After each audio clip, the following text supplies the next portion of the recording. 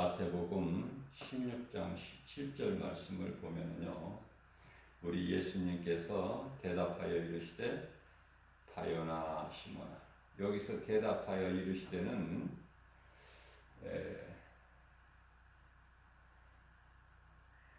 사람들이 나를 누구라고 생각하느냐 먼저 물어보시죠. 그런데 뭐 엘리야나 예레미야나 선지자 중에 한 사람이다 이렇게 아뢰어 드리니까 예수님께서 그러면 너희는 나를 누구라고 생각하느냐 이렇게 물어보실 때 베드로가 주는 그리스도시요 살아계신 하나님의 아들이시라고 고백하죠. 그때 이제 베드로의 고백을 들으시고 예수님께서 오늘 본문 말씀에 대답하여 이르시되 바요나 시몬아 내가 복이 있도다. 그러나 이를 너에게 알게 한 이는 혈육이 아니요 하늘에 계신 내 아버지시니라 이렇게 말씀을 하시죠.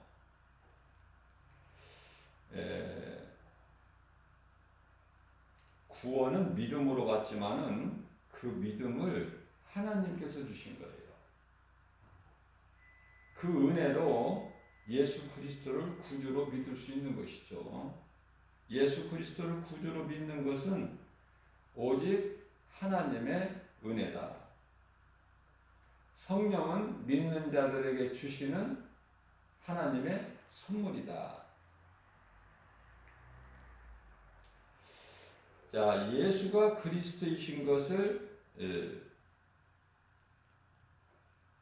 나로 알게 하시는 것도 하나님의 은혜. 믿게 하신 것도 하나님의 뜻이다. 그러므로 내가 예수 믿는 것은 놀라운 복이죠.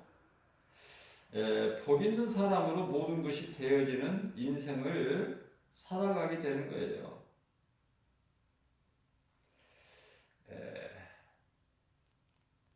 행복자의 인생을 살다가 영원한 나라 천국에 들어가는 것이다.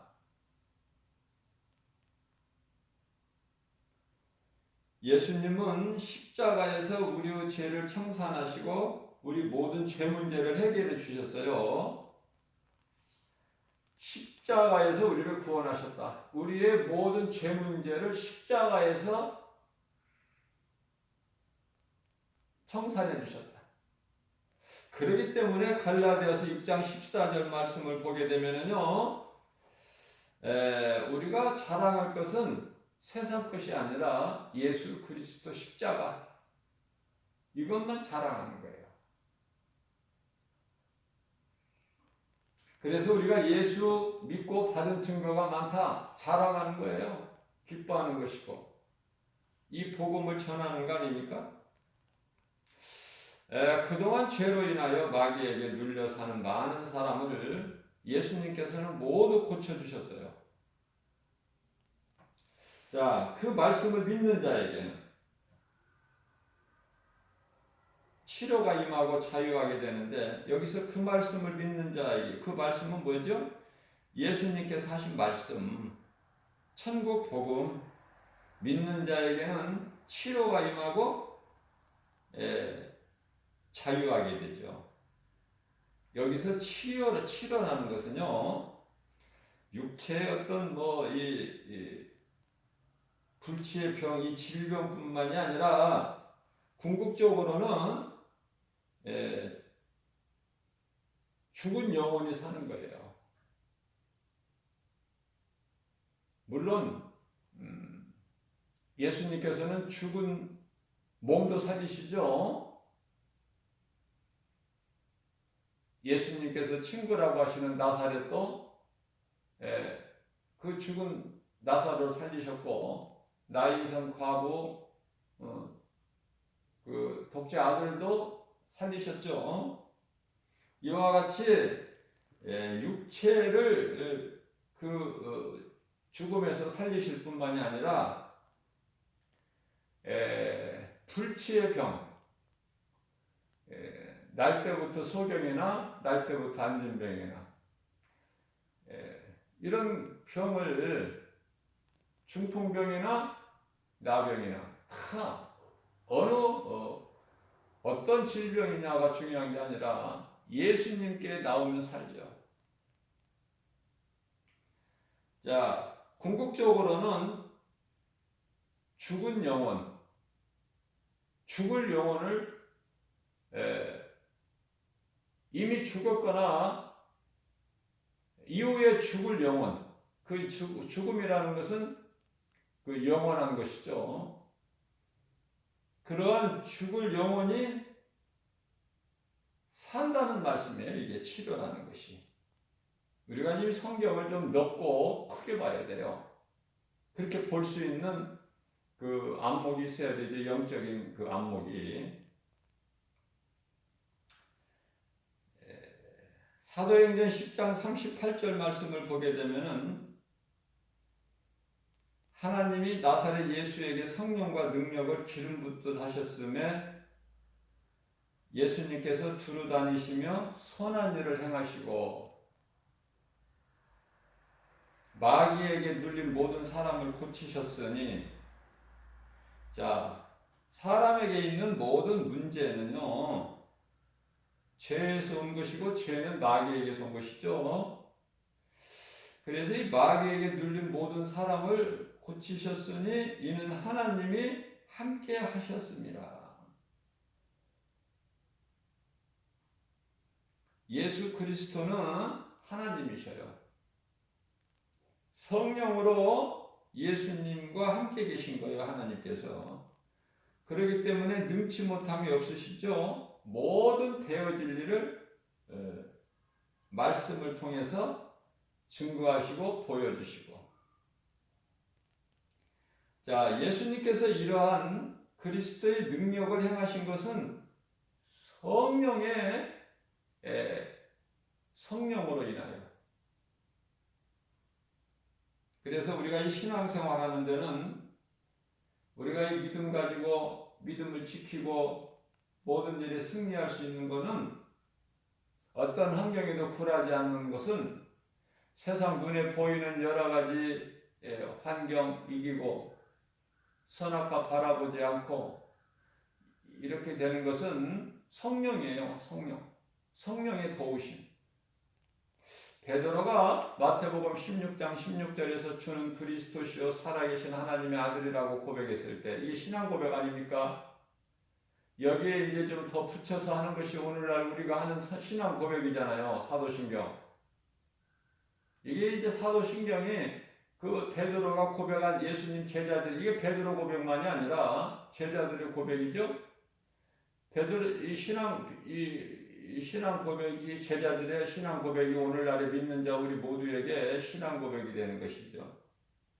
자, 이와 같이 예수님 앞에서 주는 그리스도시요 살아계신 하나님의 아들이라고 고백한 그 신앙이 얼마나 아름답습니까? 우리 예수님을 기쁘시겠잖아요. 우리 예수님이 기뻐하셨잖아요. 감동받으셨잖아요. 그러나 정작 베드로나 제자들이 성령을 받지를 못한 상태예요. 지금 예수님을 따르기는 했으나, 그러니까 참 성령은 예수님께서 십자가에 달려 죽으시고 부활하시고 승천하셔야 참 성령이 오시는 거죠. 믿는 자들 각 사람에게. 자, 성령을 받는 것이 왜 중요하냐면 베드로와 이와 같이 제자들을 대표해서 신앙 고백을 멋있고 아름답게 했지만은, 그러나 몇 시간도 못 가서 자기는 죽지 않고 살려고 한낱 대제사장의 그 계집종에게 모른다고 그래요. 예수를 모른다고 부인하는 그런 죄를 범하게 되는 것이죠. 그래서 성령을 받아야 된다. 그리스도인은 그리스도와 합한 자로서 그리스도를 닮아야 돼요. 자, 그리스도인으로서 부끄럽지 않는 삶을 살려면 성령 받아야 돼요. 성령. 성령은 선물로 주시는 거예요. 사도행전 2장 38절. 또 성령 받기를 사모하는 자에게 주셔요. 누가복음 17장 21절에서. 성령을 받지 않으면 내 믿음을 지킬 수가 없어요. 성령의 도우심이 없이는. 성령이 지키시고 도와주시고 나의 삶을 인도해 주셔야지 우리가 의의 길로 갈 수 있는 것이죠.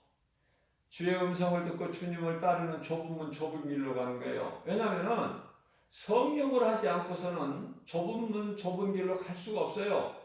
왜냐하면 그 길은 협착하고 좁아서 찾는 이가 없거든요. 그러니까 가다가도 돌아서 버려요. 아, 이 길이 아닌가 보다. 그죠? 예수 믿으면은 평안해야 되는데 왜 이렇게 고난이 있느냐? 가다가 돌아버려요. 돌아섭니다. 베드로가 예수님만 바라보고 나아갈 때는 바다 무리를 걸었어요. 그런 베드로가 세상 환경을 바라볼 때 그냥 물에 빠져버린 것 같이. 출애굽기 15장 26절 말씀입니다. 이르시되 너희가 너희 하나님 나 여호와의 말을 들어 순종하고 내가 보기에 의를 행하며 내 계명에 귀를 기울이며 내 모든 규례를 지키면 내가 애굽 사람에게 내린 모든 질병 중 하나도 너희에게 내리지 아니하리니. 그러시면서 이제 예수님께서 나는 너희를 치료하는 여호와입니다. 여호와임이니라. 여기서 구약 시대의 여호와는요 예수님이에요. 자, 우리 인생길에서 예수님을 만나야 돼요. 예수님을 만나는 것보다 더 중요한 것은 없다. 아침 일찍 출근 시간에 이제 복음을 전하게 되면은 새벽 기도를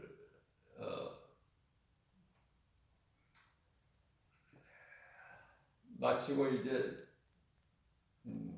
지하철역에 가서 이제 출근 시간이죠. 복음을 전하면은요, 이 중요한 세상의 어떤 것과 바꿀 수 없는 중요한 이 복음이 상관이 없어.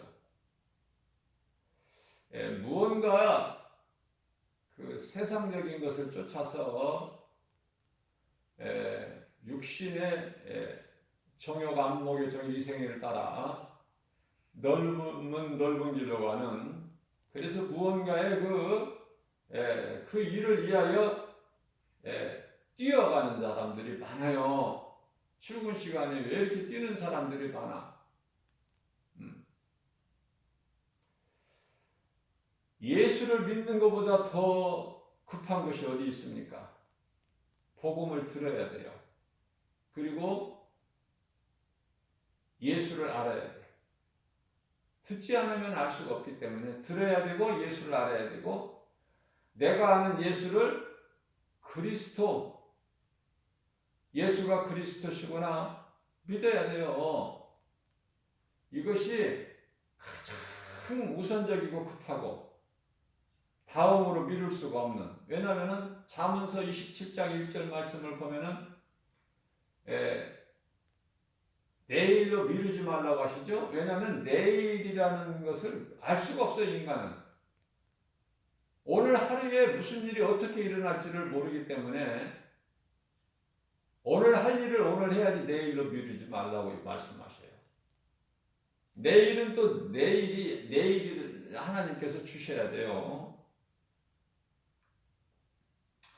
하루하루를 살고 하루하루를 마무리하면서 예수님 앞에 발심이 있어야 되고 마무리하고 평안하게 자야 돼요. 또 하루를 시작하면서 예수님과의 먼저 교통이 이루어져야 되는 거 아닙니까? 이것이 그리스도인이죠. 이게 성령 받은 사람이에요. 제자들은 3년 이상을 예수님을 친히 따라다녔지만은 이 부활신앙도 없었고 예수가 그리스도이신 것도 입으로만 했지 성령을 받지 않은 상태에서 예수를 모른다고 부인해버려요. 우리에게 잘 교훈하고 계신 거예요. 지금 성령이 얼마만큼 중요한가. 이 성경적인 교회에서 복음을 가르치고 성부, 성자, 성령 삼위일체를 가르쳐야 돼요. 천국과 지옥을 가르쳐야 돼요. 이걸 가르치지 않으면은 성도들의 믿음이 건강하게 자랄 수가 없어요. 우리는 결국은 하나님 말씀을 통해서 복음의 능력으로 세상에 나가서 복음을 전하는 전도자의 삶을 살아야 되는데 예수의 증인이죠. 그 예수님의 명령이고요.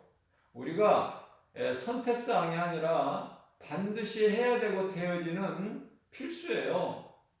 하나님 말씀을 통해서 듣다 보면은 내가 믿음이 에베소 4장 13절에서 말씀하고 있는 그리스도의 장성한 분량이 이르기까지 자라서 이제는 세상에 나가서 복음을 전하는 거예요. 담대하게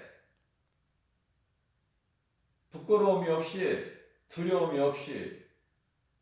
그렇게 되려면은 누가 복음을 전하자고 해서 누가 전하자고 해서 전하는 것이 아니라 내가 전하지 않고서는 견딜 수가 없는 성령께서 그 마음을 불릴 듯이 주시기 때문에 복음을 전하는 거예요. 자, 내가 구원받아 하나님의 은혜로 구원받고 새 생명을 얻은 물과 이 성령으로 거듭난 자는요, 복음을 전할 수밖에 없다.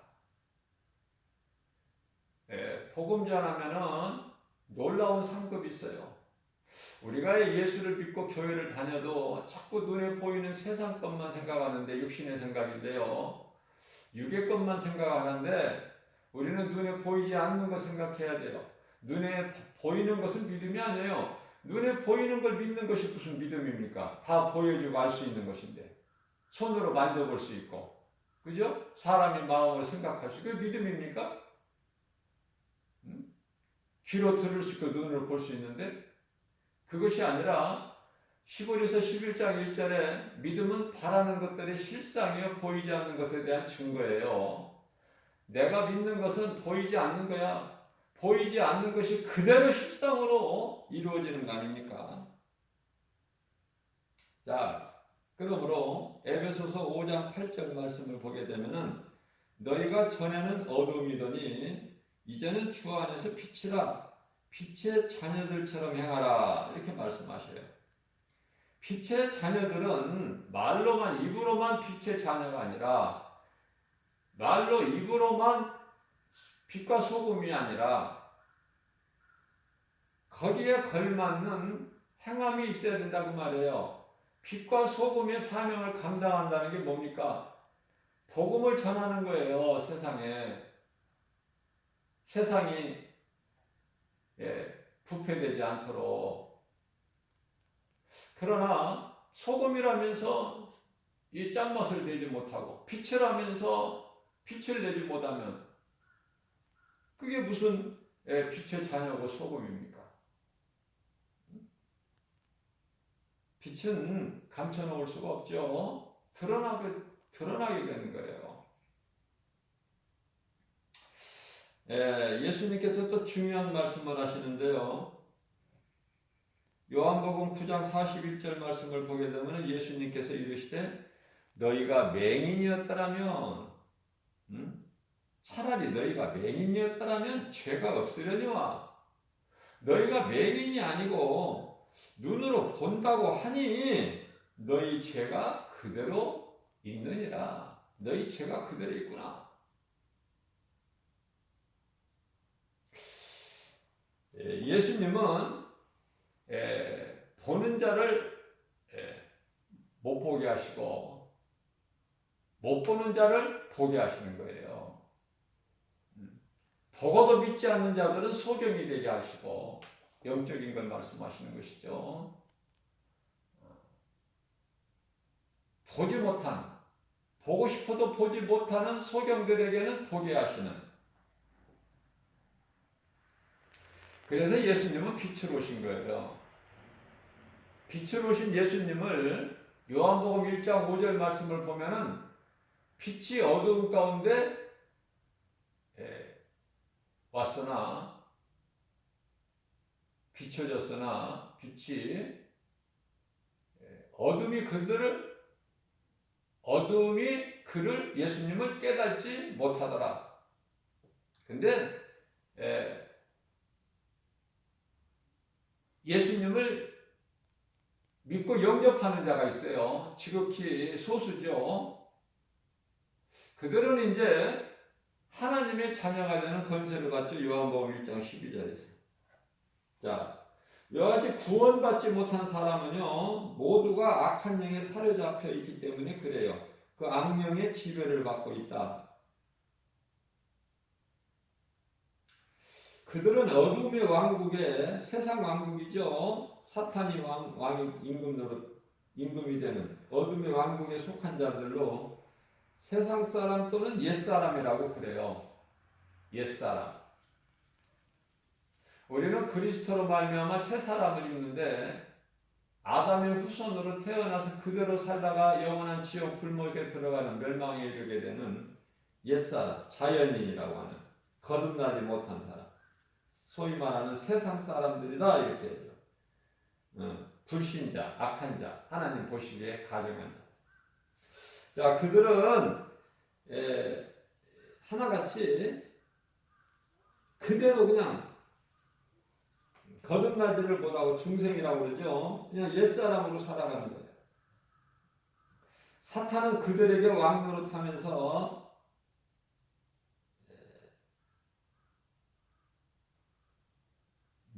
그들이라는 것은 에베소서 2장 3절 말씀이죠. 에베소 2장 2절 3절에서 말씀하고 있는 불순종하는 영들. 그들에게 왕노릇하면서 복음의 빛이 들어오지 못하게, 고린도후서 4장 4절 말씀이죠. 복음의 빛이 들어오지 못하게 해방하고 온갖 거짓으로 하나님을 흉내내면서 미혹하는 거예요. 누가? 사탄이. 그 사자들이. 소위 말하는 거짓말로 미혹하는 귀신들.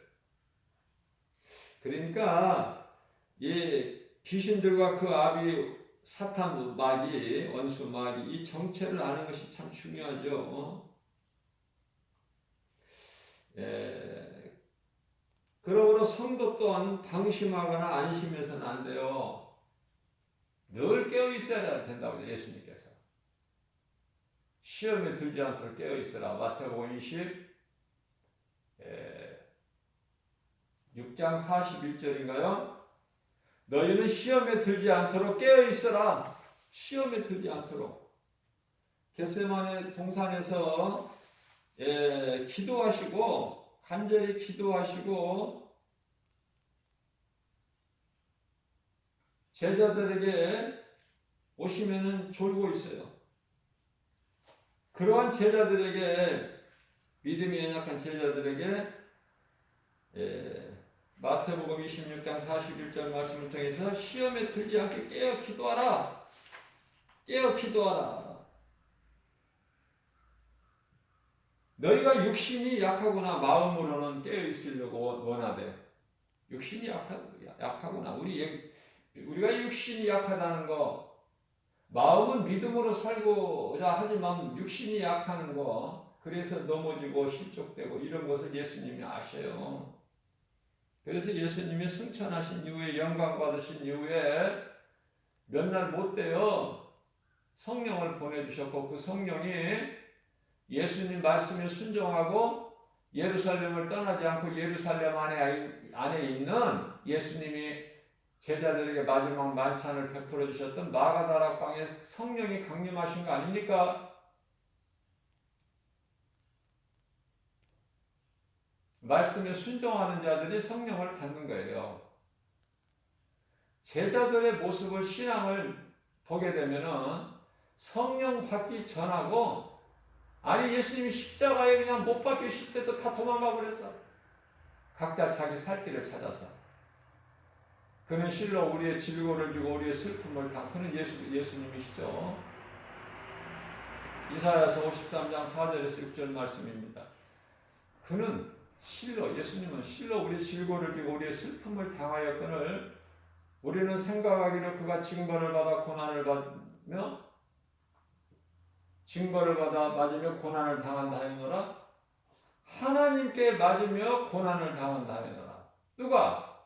우리가 생각할 때.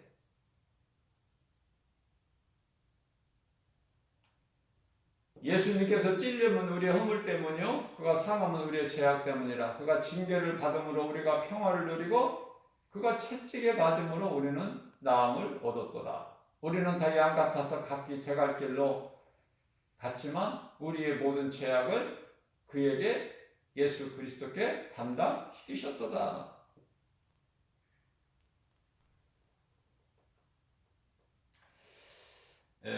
그렇기 때문에요. 빌립보서 2장 12절 말씀을 보면은 방심하거나 안심하지 못하게 하나님께서 말씀하시는데요.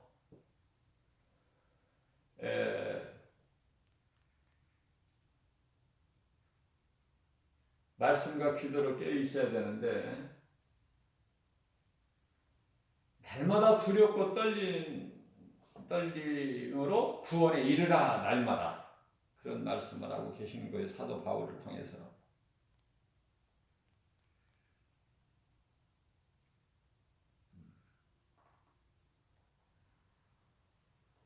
하나님께서는 인간을 로봇이나 기계로 만들지 아니하시고 지와 정과 의, 지정의를 가진 인격체로 만드셨기 때문에 자유의지를 가지고 있어요. 말씀과 기도로 늘 깨어있지 아니하면은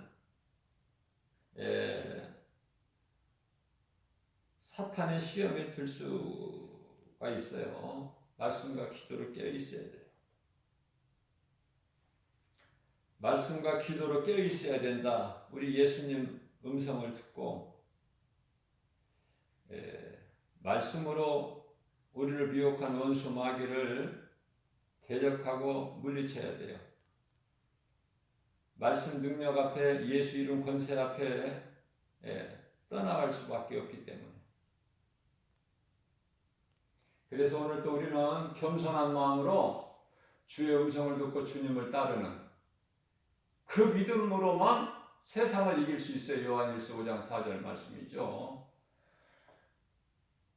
하나님 말씀의 능력으로 모든 것이 되어지는 승리하고 나가는 행복자의 삶을 사는 저와 여러분들 되시기를 주님의 이름으로 축복합니다.